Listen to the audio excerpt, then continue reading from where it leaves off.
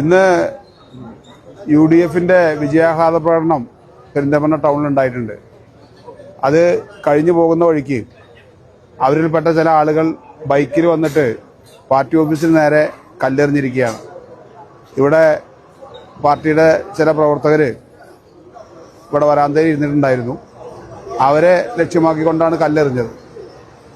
പെരിന്തൽമണ്ണയിൽ ഇങ്ങനെ ഒരു സംഭവം പരിചിതമായിട്ടുള്ള കാര്യമല്ല. തെരഞ്ഞെടുപ്പ് വിജയങ്ങളും പരാജയങ്ങളും ഒക്കെ പല സമയത്ത് ഉണ്ടായിട്ടുണ്ട്. പക്ഷെ അതിനോട് ഇങ്ങനെ പ്രതികരിക്കാൻ തീരുമാനിച്ചാൽ പെരിന്തൽമണ്ണയിൽ നിലനിൽക്കുന്ന ഒരു അന്തരീക്ഷത്തിന് അത് കുഴപ്പമാണ് ഉണ്ടാക്കുക.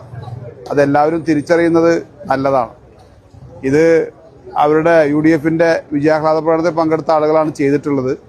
ഈ സംഭവത്തോട് UDFന്റെ നേതൃത്വത്തിന്റെ പ്രതികരണം എന്താണെന്ന് അറിയാൻ നമുക്ക് താല്പര്യമുണ്ട്. കാരണം ഇങ്ങനെ അക്രമത്തിലേക്ക് നീങ്ങാനാണ് ഒരു വിജയം കൊണ്ട് അവർ ഉദ്ദേശിക്കുന്നതെങ്കിൽ അതിന് മറുപടി പറയാനോ അല്ലെങ്കിൽ അതിനോട് പ്രതികരണം നടത്താനോ ശേഷിയില്ലാത്തൊരു പാർട്ടിയല്ല പെരിന്തൽമണ്ണയിലെ പാർട്ടി. പക്ഷെ ഞങ്ങളിപ്പോൾ അങ്ങനെ ഉദ്ദേശിക്കുന്നില്ല.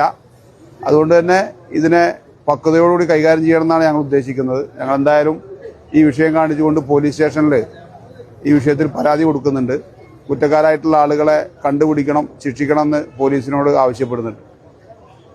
ഞാൻ ഉണ്ടായിരുന്നപ്പോൾ അവിടെ കല്ലെറിയുന്നതിനകത്ത് പല കുട്ടികളവിടെ ഒഴിഞ്ഞ സ്ഥലത്ത് നിന്നിട്ട് ഒന്ന് കല്ല് ഇവിടെ വന്ന് വീഴുന്നുണ്ട്. ഒത്തിരിമായിട്ട് കല്ല് വന്ന് വീഴുന്നതാണ് നമ്മൾ കണ്ടത്.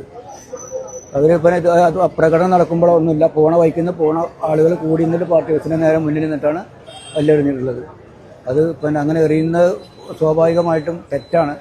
അതാണ് നമുക്ക് പറയാനുള്ളത്. ഇങ്ങനെ പാർട്ടി ഓഫീസൊക്കെ ആക്രമിക്കുക എന്ന് പറഞ്ഞാൽ അത് നമ്മുടെ ജനാധിപത്യത്തിനെതിരെ ഉള്ള ഒരു കടന്നാക്രമണമാണ്.